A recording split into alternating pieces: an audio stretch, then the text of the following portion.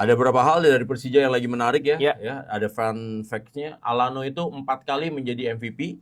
Prediksi lu skornya berapa? Persib 2-1. Persib 2-1, 1-2 Ya. dong. Karena 1-2 tuan ya. rumah. Bali United kalau tuh Persib biasanya kartu merah Kartu gitu kuning loh. minimal 5 ini. Kayaknya ini bakal jadi kekalahan Borneo pertama dari musim ini gitu. Kenapa? Alasan lu?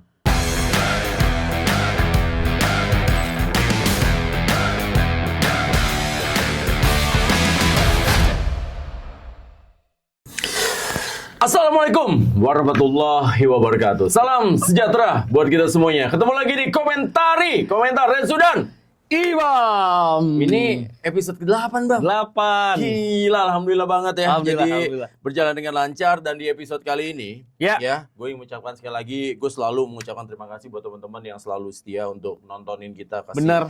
komen, ngasih kritikan, ngasih saran. Yang pasti gue selalu ucapin terima kasih. Mudah-mudahan juga segala kebaikan kalian semua juga bisa dibalas oleh Allah Subhanahu wa taala. Amin. Amin. Nah, Bam, Ya. sekarang kita masuk di komentari episode ke-8. Kita bahas preview di Indonesia Super League, itu berarti pekan ke-11. Bener. Jadi misalnya buat teman-teman sekali lagi yang sempat bertanya, kok pertandingannya ke-11 tapi rata-rata mainnya baru 9. Jadi itu ada pekan yang kemarin itu di postpone Ya, untuk dimainkan di bulan Desember gitu, di akhir bulan Desember karena waktu itu ada FIFA Matchday. Benar. Nah, itu dia. Jadi mudah-mudahan menjelaskannya kepada teman-teman yang ingin bertanya dengan kondisi yang seperti itu. Nah, saya harus lebih dekat, Bang. Kita biar kayak mau ujian. Bam, ini kita akan membahas beberapa pertandingan. Enggak beberapa lah, semua pertandingan ya. Iya dong. Dimulai dari pertandingan antara PSIM Yogyakarta menghadapi Persik Kediri. Ini bakal jadi challenge besar bagi Persik Kediri. Kemarin pun mereka terlepas dari kartu merah Nofri, tapi permainannya agak-agak nggak mengesankan. Di saat PSM saat itu masih sama Coach Amiruddin, caretaker, tapi mereka gagal untuk membongkar pertahanan lawan di kandang sendiri. Jadi memang ketika lu menghadapi PSIM yang saat ini dalam performa stabil, Jan van Gastel punya beberapa playbook untuk bisa memancing lu keluar dari kotak penalti sendiri, dan itu yang bakal ngebahayain. Apalagi Nermin Halyeta, Ezekiel Vidal, Zé Valente, gila, lagi oke banget itu pemain-pemain. Bahkan di belakang pun Yasuka Yamadera, lalu juga Reva Adi, ya emang pemain-pemain yang tahu caranya main di Indonesia gitu. Iya, dan gue tuh pernah ngelawan Yusaku Yamadera, tim gitu? gue dulu. Dia main di Nusantara lawan tim gue, ya kan? Itu pemain bener. top banget. Top banget. Waktu itu dia main di Nusantara tuh dia sering berapa kali main di posisi back sayap gitu loh. Benar. Tapi ketika main di center back ternyata bagus banget. Dan dia menurut gue adalah salah satu pemain paling pintar. Football IQ-nya itu bagus banget, paling pintar karena mainnya tuh halus banget. Nggak ada kekerasan, nggak ada kasarnya, teknik banget gitu loh. Dan posturnya juga nggak terlalu tinggi, Bang. Tapi untuk main center back itu bagus banget, halus. Satu hal yang ngebuat dia underrated buat gue adalah kemampuan ngebantu serangannya. Dia tuh sebagai center back pinter ball carrier ataupun menggiring bola ke depan.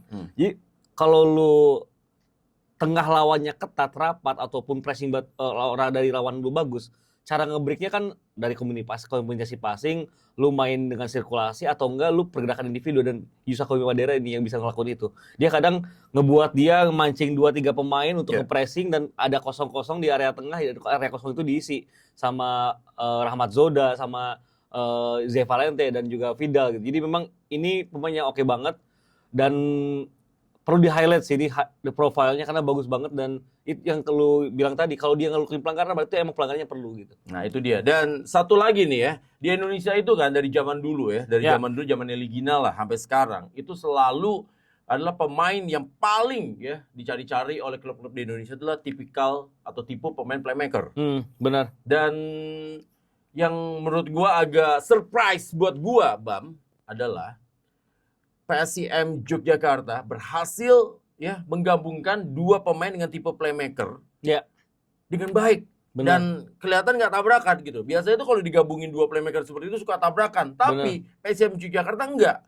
Dimana Zé Valente dengan Vidal itu bisa saling mengisi, dan menurut gue itu nggak gampang loh, karena itu bicara soal ego, bicara soal kebutuhan, bicara soal bagaimana positioning juga, ya kan, pembagian tugas, dan wah keren sih. Keren. Ada kalau istilahnya double number 8 ya. Jadi ada dua pemain yang bisa bermain di nomor 8, dan kalau kita ngeliat pembagian tugasnya yang bergerak lebih ke dalam tuh Zé Valente. Karena Zé Valente kan semenjak di Persik Kediri tahun lalu pun dia sudah lebih banyak mobile untuk dapat bola di kedalaman, dia sirkulasiin, dia berani untuk kasih passing progresi, mau langsung ke depan, direct atau enggak kadang diagonal gitu. Sedangkan Ezekiel Vidal yang ngisi pos-pos di belakang Nermin Halyeta, di belakang striker-striker lain. Jadi memang yang kata lu bilang saling melengkapi dan ya itu cara ngesinkroninnya ini sebenarnya nggak gampang gitu, nggak gampang. Tapi ternyata Gianpaolo Van Gastel nampaknya juga cuma ngasih koridor-koridor aja dan di lapangan kayaknya dua pemain ini juga agak diberikan kebebasan untuk berkreasi. Dan Ramazzo juga menopang mereka yang membuat mereka akhirnya bisa concern di posisi 8 dan posisi 10 dengan baik gitu loh. Karena posisi 6-nya tenang dia gitu loh. Ya ini juga apresiasi ya, applause bagi manajemen PSM karena PSM ini kalau rekrut pemain sejak musim lalu itu bagus-bagus.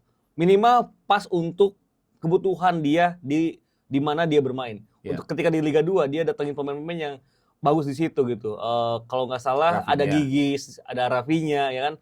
Itu kan pemain-pemain yang tahu caranya main di Liga 2 gitu. Sekarang dia naik ke Super League, dia juga ambil pemain yang tahu caranya main di Super League. Nermin Halyeta ini gua rasa sih striker yang emang cocok untuk main di Liga Indonesia karena untuk big man utuh, untuk big man yang lu fox in the box yang besar di depan, justru sekarang agak berat karena pasti dihajar 2 pemain itu ditutup 3 pemain. Tapi pemain tinggi punya olah bola tapi lu masih bergerak fluid, itu yang susah dijaga. Makanya Andre Yung bagus di Persib. Sekarang Halyeta juga oke di dan satu lagi kelebihan Nermin Halyeta ini adalah tidak cengeng. Benar. Jadi dia tuh terus udah gitu orang tuh nyangkain dia tuh ringkih. Ya dong, orang lihat dia Peter Crouch nih ringkih. Ternyata enggak, dia ajak duel berani gitu loh dan segala macam dan dia tidak cengeng dan itu udah jadi modal berharga buat seorang fox in the box di Indonesia gitu. Dan dia juga mainnya kan bisa melebar-melebar, bisa segala akhirnya sayap-sayapnya atau juga Vidal bisa masuk tuh semua segala macam. Jadi akhirnya ada opsi juga dan bisa cetak gol di PSM Jogja. Ya dan jangan lupakan peran-peran pemain senior ya, Reva Adi, lalu juga pemain lokal yang gua rasa juga secara mental emang udah mental Super League dan udah punya pengalaman internasional seperti Cahya Supriyadi itu juga ngaruh banget. Wah, Cahya kelas ya. Commanding di belakang. Raka Cahyana juga. Raka Cahyana di kanan gitu. Raka Cahyana kan juga pemain pinjaman di beberapa klub sebelumnya ya, pernah main di Persik kalau nggak salah gitu kan. Daltras.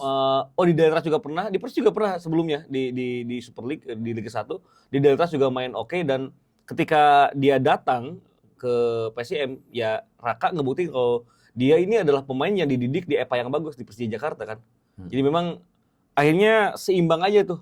Fullback kanan, fullback kirinya. Reva Adi mungkin kalau menyerang nggak terlalu kelihatan tapi justru ketika Raka yang dominan nyerang, butuh pemain yang penyeimbang di sisi lain gitu. Reva Adi dari pertama kali muncul kan dia di pemain yang memang diwajibkan bermain waktu itu ya dari usia muda di tahun 2017 sama ketua umum Bapak Edi gitu kan. Dia sama Asnawi sama Arfan gitu kan. Dari situ emang udah kelihatan dia bagus banget. Benar. Asal emosinya bisa tertahan itu dia bagus banget. Nah, menurut gue satu credit point yang bisa diberikan kepada PSM Yogyakarta ya mereka ya itu tadi gitu berhasil transfer window-nya atau calcio mercato-nya tepat sasaran, on point aja. Dan gue tahu tuh harga-harga pemainnya juga nggak terlalu wah-wah banget gitu loh, tapi ya berhasil diramu dengan baik oleh efektif lah ya. Iya itu dia. Nah itu tadi soal PSM sama Persik dan menurut lo berapa prediksi lo? Dan lagi-lagi ya ini kan kita bicara preview ya ada prediksinya juga. Bisa salah bisa benar. Tapi kemarin ada prediksi lo banyak yang benar juga itu. Ya Persib menang 2-0 benar. Iya top terus, juga lo berarti ya. Ezra Walian Asis benar. Berarti lo berarti emang Ibam ini ya paling top ya. Yang lainnya beng-beng. Tapi yang salah banyak. Paling top, yang lainnya beng-beng. Apa gua ngomong gini biar top sama beng-beng jadi sponsor kita. Benar. Yang gua pikir si PSM bakal tetap menang 2-0 kayaknya PSM. Oke. Berarti kita lanjut sekarang ke pertandingan berikutnya. Persija Jakarta menghadapi PSBS Biak. Wah ini timpang juga nih. Biak nih harus bounce back ya. Walaupun pertandingan akan dimainkan di Manahan, ya mungkin ini kan kita bicaranya dan ada kemungkinan juga sampai kita naik nih, sampai kita lagi bikin ini kan kemungkinan pertandingan tanpa penonton. Tapi kan kita nggak tahu lah nanti bagaimana lobby-lobbynya dan negosiasinya dengan aparat keamanan gitu kan, dengan polisi, Intelkamnya ya. Gue hafal banget karena gue sering dulu ngurusin begini kan. Jadi itu biasanya tuh jangankan kategori H-3, H-2, H-1, H- berapa jam itu masih bisa berubah dilebih, masih bisa berubah segala macam. Nah, ini sebenarnya momentum bagi PSBS Biak ketika bermain jauh dari JIS. Kalau udah dari JIS udah repot banget di PSBS Biak. Nah, ini kan kesempatan juga bagi mereka gitu loh. Nah, Kalau mereka masih gagal lagi, wah bahaya banget. Di satu sisi memang tadi kita bilang, Persija adalah salah satu tim yang menurutku penampilannya mereka sempat sedikit turun satu langkah, tapi sekarang mereka balik lagi ke performa yang seharusnya mereka memang Persija Jakarta yang salah satu kontender untuk jadi calon juara di musim ini gitu. Iya, sebenarnya Persija banyak dikatakan sama orang-orang sama teman-teman yang ada di timeline bahwa Persija tahun lalu gagal mengalahkan PSBS Biak. Tapi yang perlu digarisbawahi PSBS Biak tahun lalu sama tahun ini jauh beda, jauh banget. Downgrade, kualitas pemain asing turun, pemain lokal yang ada bukan lagi pemain lokal yang sudah siap tempur gitu. Jadi memang ini kesempatan Persija untuk mendapatkan kemenangan 3 kali beruntun pertamanya di Super League musim ini. Dan dengan performa yang mereka tunjukkan melawan Madura, melawan Persebaya Surabaya, harusnya nggak ada masalah buat mereka ini menang. Bahkan gue bisa menduga akan ada upaya pesta gol di sana gitu. Kalaupun PSBS Biak bakal nahan, pada ujung-ujungnya Persija bakal tetap menang. Karena PSBS Biak ini sejauh ini mungkin penampilan bagusnya ketika melawan Semen Padang yang mana juga tim yang sedang goyang juga gitu. Jadi agak berat bagi PSBS Biak untuk bisa curi poin di laga ini sih. Dan gue mengutip apa kata netizen ya, netizen sampai ngomong bilang PSBS Biak lawan 9 pemain aja nggak bisa ngegolin. Jadi memang kualitas pemain asingnya juga memang patut dipertanyakan juga ya menurut gue gitu loh. Kadu oke lah sebagai kiper, tapi di tengah sampai depan waduh agak sedikit bermasalah banget dan kalau bisa dibandingkan sama musim lalu jauh banget sih. Dan nggak bisa berharap sama Kadu sendiri kan. Kadu juga lawan Persib punya 7-8 save yang bagus, cuman terhadap kebobolan 3 gitu. Jadi dia sendiri aja nggak cukup untuk menahan Persija yang lagi gokil banget sekarang. Kalau ada satu hal yang mungkin juga menjadi kesempatan adalah Gustavo Almeida. Dia kan belum cetak gol nih. Iya, tapi sempat berapa kali ada kabar Gustavo Almeida ini masih sedikit bermasalah dengan cederanya. Dia sempat bilang kan berapa kali engkelnya pernah ya. Dia main dengan kondisi sakit dan asal tahu aja ya. Ini buat teman-teman juga semuanya ya. Itu di tim ya. Gua kan sempat cek sama dokter tim. Ini kalau di tim ini obat itu yang paling cepat habis apa sih dok? Gue selalu cek gitu. Mau tau nggak obat yang paling cepat habis itu? Obat di tim-tim ya. Nih ya, gue termasuk tim gue juga lah karena gue bisa ngomong kayak begini. Lo mau tau nggak yang paling cepat habis obat di dokter tim itu apa? Apa? Painkiller. Painkiller, anti nyeri. Jadi itu pemain-pemain di Indonesia itu banyak yang bermain sebenarnya dalam kondisi sakit. Nahan sakit ya. Nahan sakit dan mereka itu minum painkiller semuanya. Obat painkiller itu di tim dokter tim itu gue paling sering belanja itu painkiller. Udah ditembak-tembak sekarang ya, udah suntik-suntik. Wah, macam-macam lah. Ada yang diminum, ada yang segala. Jadi itu painkiller. Jadi itu ternyata pemain Indonesia atau pemain bermain di Super League itu banyak yang sebenarnya mereka tuh main tuh dalam kondisi sakit sebenarnya. Cuman mereka paksain main kenapa? Mereka takut kalau mereka nggak main, mereka akan diganti akhirnya kehilangan kesempatan main segala macam. Akhirnya ditanya siap nggak? Ya bilang siap-siap aja dulu sama segala macam dengan tapping yang banyak. Akhirnya minum painkiller. Nah itu. Jadi ini rahasia yang makanya gue bilang kan dikata Rensu di komentari dan salah satu alasan gue untuk akhirnya gitu loh bikin YouTube ini dia gue mau sharing-sharing hal-hal yang seperti ini gitu loh. Hal-hal yang sebenarnya kalau kita buka di luar juga harus di momen yang tepat ya. Iya. Karena ini di media, lu juga penonton setia kita, ya udah kita kasih informasi gitu. Iya, nggak bisa sembarangan hal seperti ini. Tapi ini adalah sebenarnya hal seperti itu. Dan itu dia. Jadi ini Gustavo Almeida gue bisa tahu banget nih pasti dia main sebenarnya dengan kesakitan. Tapi dia tahu juga kalau dia nggak main bisa kegeser juga posisinya dan bisa berabe juga nanti di putaran kedua bisa diganti gitu loh. Benar-benar apalagi kan kalau kita ngelihat Alano bisa main di center forward juga. Betul. Maxwell juga oke banget gitu sebagai gelandang yang tipikalnya sangat ofensif. Gustavo Franca di tengah sangat kreatif kan. Jadi memang ini juga jadi kesempatan buat Gustavo untuk kalau dia diminta main pasti berusaha main gitu. Jadi gua rasa sih Gustavo juga sangat mengincar gol pertama dan kalau dia main sangat memungkinkan dia mencetak gol pertamanya di Super League musim ini. Dan kalau ada satu nama lagi yang mungkin 1-2 nama lagi yang mungkin punya kesempatan besar cetak gol ya kalau nggak Axel Runtukahu ya Franca sih, Gustavo Franca. Ada beberapa hal dari Persija yang lagi menarik ya. Ada fun fact-nya. Alano itu 4 kali menjadi MVP bagi Persija Jakarta ya. Jangan-jangan nih sekarang dia udah buka counter handphone karena 4 kali dapat handphone dia. Alano. Dan kedua ya Persija ini memang menarik gitu loh. Kedua penyerangnya Gustavo sama Ramon sama-sama belum mencetak gol. Bener. Padahal peluangnya udah banyak gitu loh. Bahkan gue ketika bawain Ramon kemarin gue sampai bilang ini cuman masalah bener-bener emang cuman masalah nggak hoki aja, udah ngegolin aja masih dianulir gitu. Nah tapi nanti kita bahasin soal Persija. Nah ini dia Gustavo juga sama kayak gitu loh, padahal ini pemain jago banget gitu loh. Oke, dan Gustavo udah ngasih pembuktian juga di 2 musim terakhir di Liga 1 dan musim lalu juga bersama Persija. Jadi memang ini pemain yang tidak bisa diragukan lagi. Hanya kondisi fisik aja yang buat dia, gua rasa belum bisa cetak gol gitu. Karena kalau kondisi fisiknya udah 100%, ya udah bisa ngikuti ritme sama pace permainan Marcelo Souza saat ini, ya cetak gol udah tinggal nunggu waktu aja. Nah, dia menurut gua adalah nggak usah 100% sebenarnya. Bisa main di 70-80% udah bahaya banget. Udah bahaya banget, benar. Nah, terus ngomongin soal Persija, menurut gua berarti Mauricio Souza ini kan seperti yang tadi kita bilang, berapa kali kita udah bahas bahwa kan permainan Persija ini sudah terbaca, tapi akhirnya Mauricio Souza bisa mengimprovisasi lagi permainannya, dan akhirnya sekarang jadi berbahaya lagi gitu loh, dan akhirnya kembali lagi nih di jalur sebenarnya Persija ya. Jadi memang kredit juga buat Mauricio Souza, memang ya salah satu pelatih yang menurut gua cocok banget memang dengan sepak bola Indonesia ya Bang. Kalaupun ada satu hal yang ngebuat Persija kepleset di laga nanti, gua rasa ya counter attack-nya PSBS Biak gitu, karena beberapa pemainnya masih punya kemampuan permainan vertikal yang bagus. Dia bisa tiba-tiba ngasih umpan dari tengah, nusuk ke kotak penalti ketika lawan lengah dengan garis pertahanan tinggi. Tapi kemungkinan seperti itu nggak akan terlalu besar gitu, karena gue ngerasa kendalinya udah dipegang banget sama Persija sih kalau ngelihat performa dia melawan Madura gitu. Oke, prediksi? Persija menang mungkin 3-0. Yes. Kita lanjut ke pertandingan berikutnya. Bayangkara menghadapi Persita Tangerang. Draw ini. Gue langsung prediksi. Kenapa lo bilang langsung draw? Paul Munster udah ngebuktiin, kemarin juga dia menang gitu kan 2-0. Mainnya juga terukur. Gua senang banget ngelihat. Bayangkara tuan rumah seri lawan Persita Tangerang. Seri karena Carlos Peña dalam kondisi yang sudah tahu bagaimana caranya bertahan dengan baik dan bagaimana caranya untuk menunggu lawan lengah. Itu yang paling bahaya dari Carlos Peña. Dan Persita Tangerang ya satu hal lagi, punya kiper salah satu yang terbaik saat ini menurut gua. Bener. Igor itu salah satu kiper yang terbaik saat ini di Super League. Bener.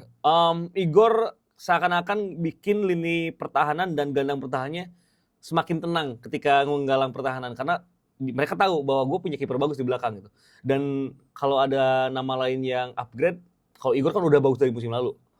Mario Jardel sih. Gua enggak nyangka Mario Jardel punya. Lu kemarin sempat mengkritisi Mario Jardel lo ya dalam beberapa episode berikutnya. Gua bahkan habis lu mengkritisi, ya kan? Jardel langsung bilang, gua nih APC nih, alumni APC, Akademi Persib Cimahi. Langsung dia perform dan langsung dapat handphone, dia selfie. Bagus gila. Iya, nah itu kan makanya itu dia. Ini kan membuktikan bahwa kita tuh kan memang cover both side. Kalau yang bagus kita bilang bagus, yang jelek kita bilang jelek gitu kan segala macam. Gua kaget karena dia sekarang udah lebih berani terlibat dalam berbagai situasi pertandingan. Kalau dulu dia nyerang sangat limited, pasti ketika dia nyerang naik ke depan back pass, kalau enggak passing ke tengah gitu. Sekarang dia udah berani nusuk, udah berani duel, minimal ngasih opsi passing gitu. Jadi wow, ini jangan-jangan nonton dia ini. Tapi gua rasa ini coaching dari Gustavo dari Carlos Peña ya. Carlos Peña caranya tahu cara ngemaksimalin potensi dari Mario Jardel yang gua tahu di Akademi Persibnya dia fullback menyerang juga, walaupun dulu sempat di kanan juga dia gitu. Akademi Persib di Gunung Boong ya dulu ya. Oke, terus skor tadi Sari ya? Sari tapi ada gol sih, ada gol. Mungkin 1-1 lah ya. Nah itu dia. Sekarang kita lanjut lagi. Nah ini pertandingan berikutnya Persik. Ini derby kok Persik? Kita Bali. Bali United Persib. Ya, Bali United. Ini di tanggal 1 juga ya. Menghadapi Persib Bandung. Bali melawan Persib. Yang pertama Yoni Jensen sebenarnya kalau udah dapat balance dia juga bukan. Dan selalu rame loh kalau Bali ketemu Persib selalu rame tuh. Ada drama-dramanya tuh selalu. Pemain asing mereka juga levelnya gua rasa bintang 4,5 ke atas semua, nggak ada yang jelek gitu Bali. Yoni Jensen udah tahu cara bikin tim Bali balance. Kadek Agung disulap menjadi pemain yang kayak punya roh 2 gitu di musim ini. Tapi gue belum ngelihat dia bisa memaksimalkan Hopel sama Boris Kopitovic sih. Gue mungkin miss-nya di situ ya. Jadi kalau ada yang ngebuat di momen ini Bali agak tidak lebih diunggulkan dibanding Persib ya itu karena pola serangan Bali belum kelihatan gitu. Bahkan kalau harus ngebandingin sama era Teko, masih kelihatan Teko gitu. Teko tuh walaupun efisien dan efektif. Bener, Irfan Jaya bisa dibikin cetak 12, Jadi 13 gol jadi itu gila gitu kan. M. Rahmat tiap masuk babak kedua cetak gol itu gila. Nah, Johnny Jensen belum bisa bikin kayak gitu. Emang ada keajaiban ketika Kadek Agung cetak gol lawan Persija Jepara, tapi kan nggak semua lini tengah tim itu mudah diterobos kayak Persija kemarin ya. Iya. Persija yang biasanya lini tengahnya bagus kemarin gampang banget diterobos gitu. Dan kebuktian pas lawan Persita, Bali ini permainan serangan dari sentralnya ini kurang gitu. Dia terlalu mengandalkan area kelebaran, coba untuk kasih kombinasi di kelebaran, tapi kalau fullback lawan disiplin bakal tetap sulit untuk nembus. Kalaupun nih Bali pinter, sisi Kakang ini bisa dieksploitasi dari Persib sebenarnya. Iya, jangan-jangan memang Bali United ini masih boleh dibilang ya, masih sangat rindu sama pemain ya, model Paulo Sergio. Jelas. Itu pemain yang menurut gua pemainnya Paulo ini kan juga suka nonton gua juga, suka nonton kita loh segala macam. Oh gitu. Iya, jangan-jangan ya ini ya memang Paulo ini pemain yang waduh. Paulo, can I have your jersey?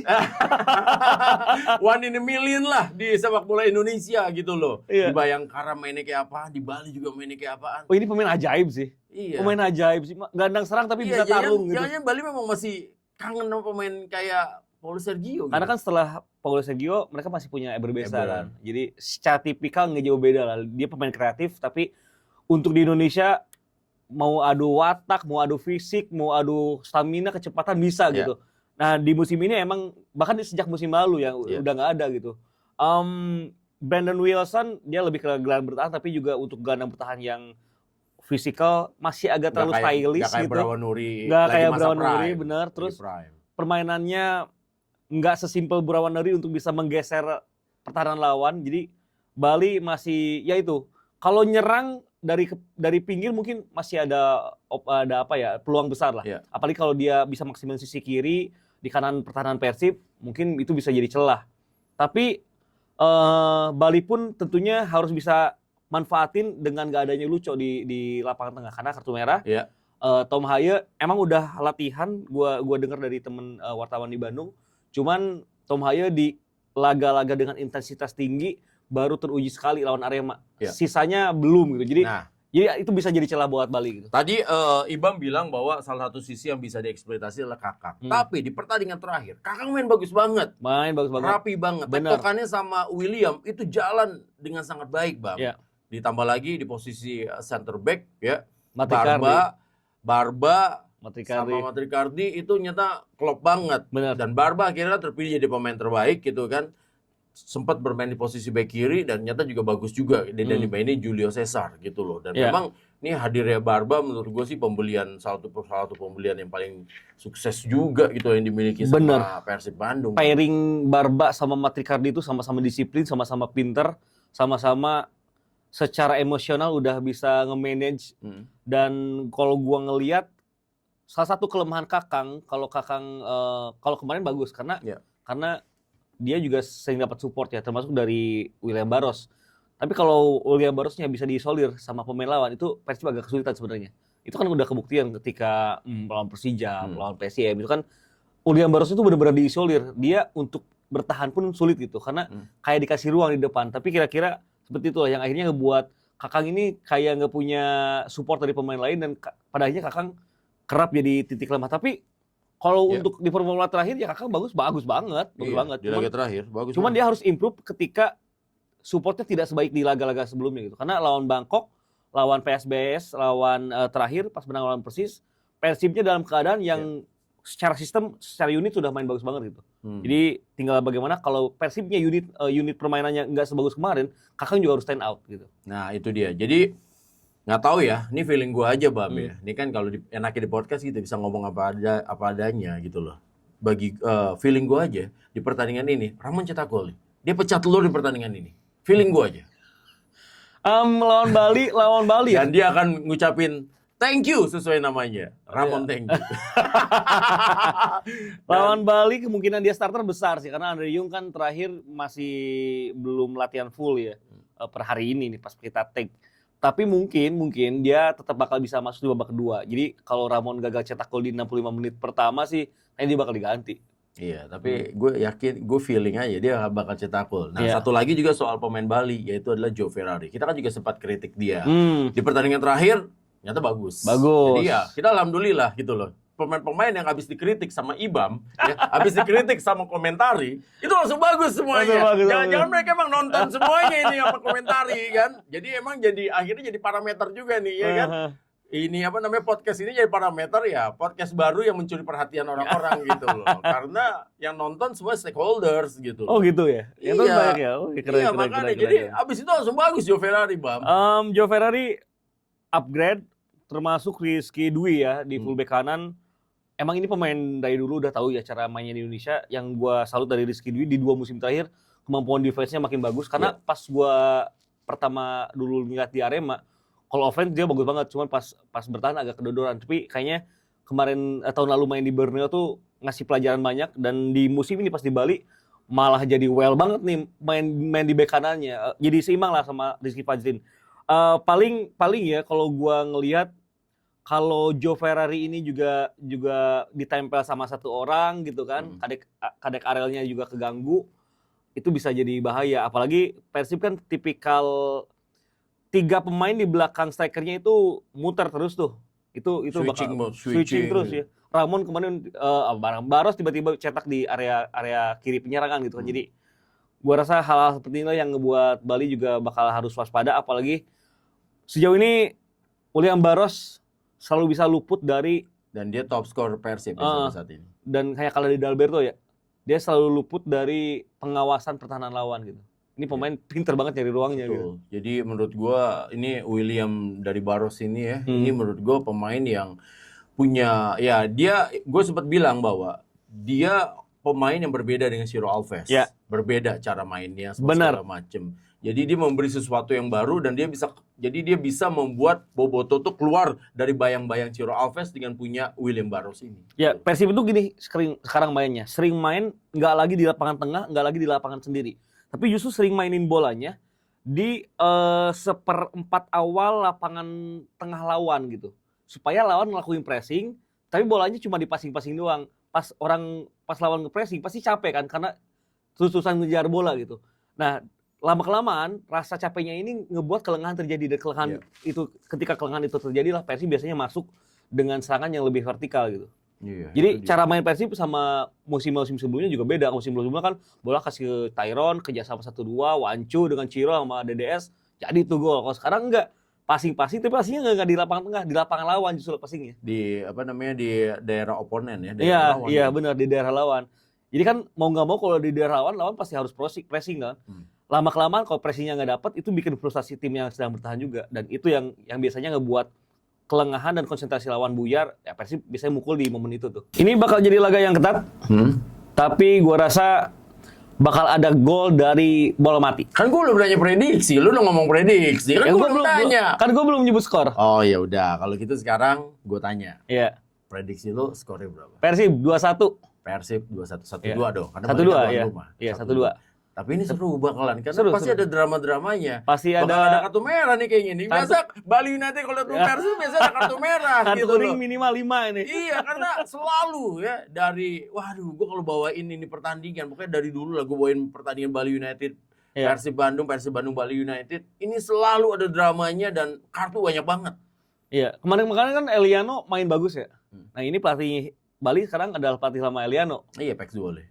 Ya, dan di temennya juga Hopmeyer juga Pek Zole. Di situ kan. Jadi kalau Eliano bisa dilimitasi sama Johnny Jensen, mungkin bakal ngebuat Persib susah juga. Tapi Persib kayaknya bakal lebih diunggulkan ya. Gua sih prediksi Persib menang 1-2. Kalau ngelihat cara Bali menyerang saat ini. Kalau Balinya 2-3 tahun lalu, gua bakal ngelihat kemungkinan besar Bali juga bisa menang gitu. Tapi karena di 2 musim terakhir, khususnya musim ini gua belum lihat Bali bisa nyerang dengan bagus dan benar. Agak berat kalau ngelihat Persib yang pertahanannya sedang solid. Jadi mungkin 1-2, tapi pasti kayaknya bakal ada gol dari bola mati sih. Dan ini jadi reunian Pek Zole. Ini nanti Jansen ya kan, Hopmeyer, lalu juga Eliano abis selesai main ke Atlas bareng. Sama Atlas lagi. Kan reunian. Ya tapi kan lu sering sana lah. Nggak masalah lah. Abis pemain bola, Bos. bos. Ya, Nama ini. Gue kasih tau aja sedikit, gue spill aja. Di lapangan mereka berantem, malamnya mah ketemu lagi bareng-bareng ketawa ketiwi. Sama Tempatnya di mana ya? Nggak usah gue kasih tahu lah. Tom Haye sama tim receiver juga bakal reuni ya. Iya, sama-sama makanya. pemain Almer. Almer makanya. Jadi mereka kan reunian itu semua. Pemain bola tuh kayak gitu. Berantem-berantem malamnya bareng. Ya, tapi Persib kan nggak bisa lengah karena di tengah pekannya bakal lawan Selangor. Iya. Bos, pemain bola tuh lebih pintar bos daripada pengurusnya. Walaupun pengurusnya juga sebenarnya tahu, sebenarnya pura-pura bego aja. Pura-pura bego aja. Sama-sama tahu aja ya. Sama-sama tahu aja. Ini kan segala macam hal seperti itu. Nah, berarti skor ada tadi 1-2 ya. Iya, benar. Oke, kita lanjut lagi Bang ke pertandingan berikutnya. Ya, di pekan ke-11 yaitu ada pertandingan antara PSM Makassar Madura United. PSM Makassar Madura United, gue nggak banyak clue tentang laga ini jujur aja ya, karena jarang banget sih gue nonton Madura. PSM juga semenjak gak ada Alberto Tavares, gue belum ada minat lagi buat nonton. Dan pelatih baru kan juga sekarang nggak mungkin megang tim juga. Berarti sama juga Dejan Antoni mungkin bisa jadi juga belum bisa ada di bench juga gitu kan. Karena administrasinya juga belum lengkap juga. Ini bakal jadi laga yang mungkin minim gol ya. Dengan performa Madura yang juga sebenarnya masih belum stabil ya. Di 5 laga terakhir dia baru menang sekali doang kan, yang lawan Dewa gitu. Jadi kalau lu nggak ada keajaiban gitu kan, kalau Werman-nya nggak bisa bikin yang bagus atau Balotelli-nya nggak oke banget, ya mungkin 1-1 lah ya, 1-1. 1-1? Iya. Tapi kalau ada satu hal yang masih gue pengen nonton Madura itu justru Karim Palik ya. Gelandang bertahannya itu well banget sih. Dan itu dia di apa ya, tidak dapat spotlight begitu banyak, tapi sebenarnya penting banget itu. Benar. Nah, itu berarti kurang lebih seri. Seri. Oke. Selanjutnya kita lanjut di pertandingan ini, sebenarnya kesempatan bagi Persebaya Surabaya nih buat ngambil poin ya. Walaupun mereka kehilangan 2 pemain di saat Persis Solo masih limbung nih. Dan ini menurut gua, nah ini kan kemarin kita bahas tuh di review di episode sebelumnya. Ini 2 pelatih yang lagi ditekan oleh fansnya untuk mundur. Benar. Dan sekarang bertemu di pekan ke-11. Jadi jangan-jangan setelah pekan ke-11 ini, salah satu di antara pelatih ini, Persebaya atau Persis Solo, ada yang mundur. Ada yang berhenti. Atau dimundurkan. Ada yang iya kan? berhenti. Jangan-jangan, iya loh. Antara Persebaya atau Persis Solo. Karena yang menang pasti akan dapat poin, selamatlah. Yang kalah, bahaya Bang. Persebaya Surabaya, Persis Solo. Secara psikis tekanannya ada dan lebih besar ada di Persebaya Surabaya sih. Gagal menang lawan PSBS Biak itu tuh jadi big blow banget bagi mereka, bakal jadi sorotan banget. Pressure-nya bahkan bebannya akan ada di situ. Persis Solo kalah lawan Persib gitu. Walaupun Persib 10 pemain tapi Persib tetap Persib yang emang approach-nya bagus gitu. Kalau ngelihat materi pemain di lini depan dengan performa pertahanan dari Persebaya Surabaya, Persis pun kayaknya punya kans untuk tetap cetak gol karena serangan mereka juga sebenarnya nggak buruk-buruk amat gitu. Tinggal bagaimana bisa ngelingin Kastanir lalu sama Kodai Tanaka dan sayangnya di musim ini tuh belum bisa Peter Deru ini belum bisa optimalin Altaf Indi sama Zadadin Faris. Dan ini kesempatan terakhir. Kalau sampai nggak bisa ini lagi, dia bisa bukan mandi lebih cepat, berarti ngepak koper lebih cepat ini. Makanya, jadi gua sih skor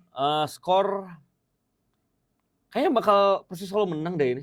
Wow, berarti yang out Edu Perez ini. Wow.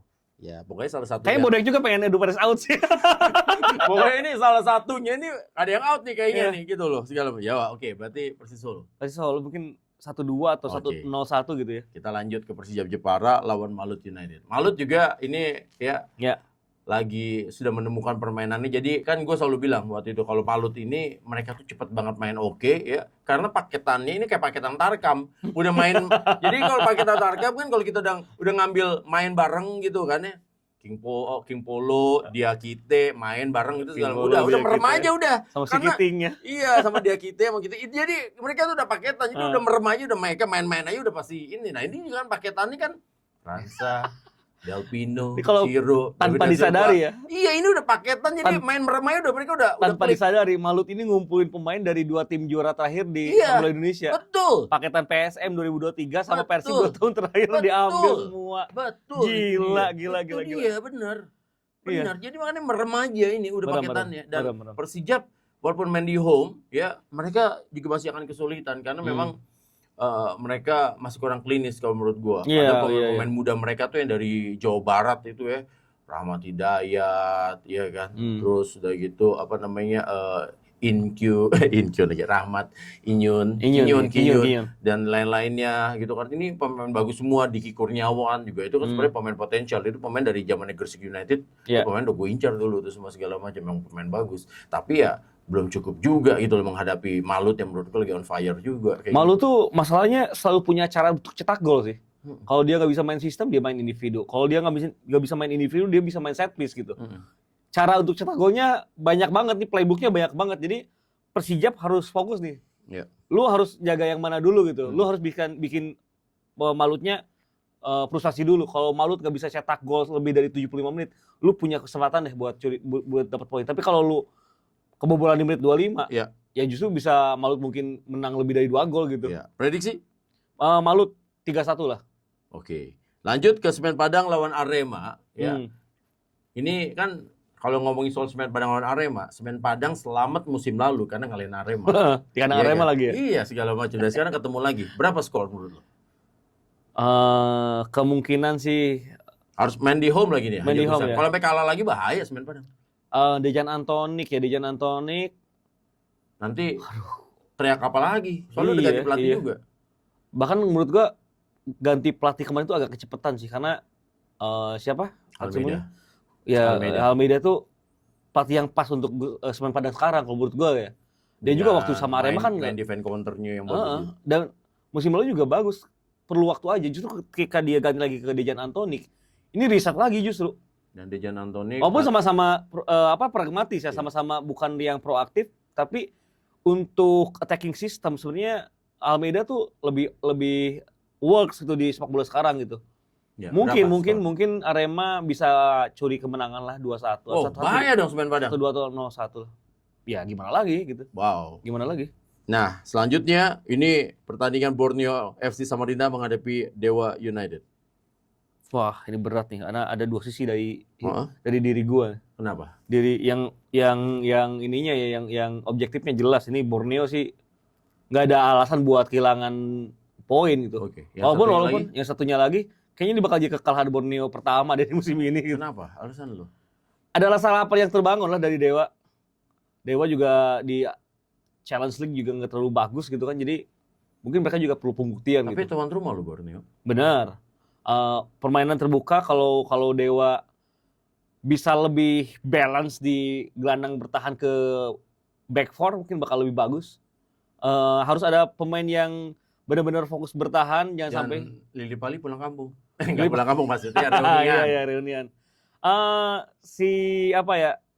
Kuiper sih harus diduetin sama back yang tepat sih. Lu punya Wahyu Prasetyo, tapi lu fungsiin sebagai back kanan itu agak wasted gitu. Kenapa? Hulk kurang tepat di posisi itu? Ya mendingan di center back lah kalau untuk sekarang karena dia si tukang potong-potong bagus ya. Casio belum sih. Dia nggak dapat chemistry sama Nick-nya gitu. Nick tuh butuh orang yang disiplin gitu. Kayak Fransa. Kayak sebelumnya juga dia punya siapa? Alberto Rodriguez yang di Mohon Bagan sekarang. Jadi kalau Casio kan nggak terlalu disiplin, dia masih kerap lack of concentration. Jadi konsentrasinya tiba-tiba hilang gitu beberapa second dan itu kerap jadi kebobolan, kerap jadi kartu merah gitu. Nah, itu tuh nggak perlu, apalagi kan Dewa nggak punya gelandang pertahan murni nih di 11 utamanya mereka gitu. Itu yang bikin berat. Terlalu banyak mengakomodir. Dewa itu perlu berani untuk mencadangkan 2 dari 5 pemain bintangnya sekarang gitu. Oke lah lu Mesidoro sama Jaja pasti main inti gitu.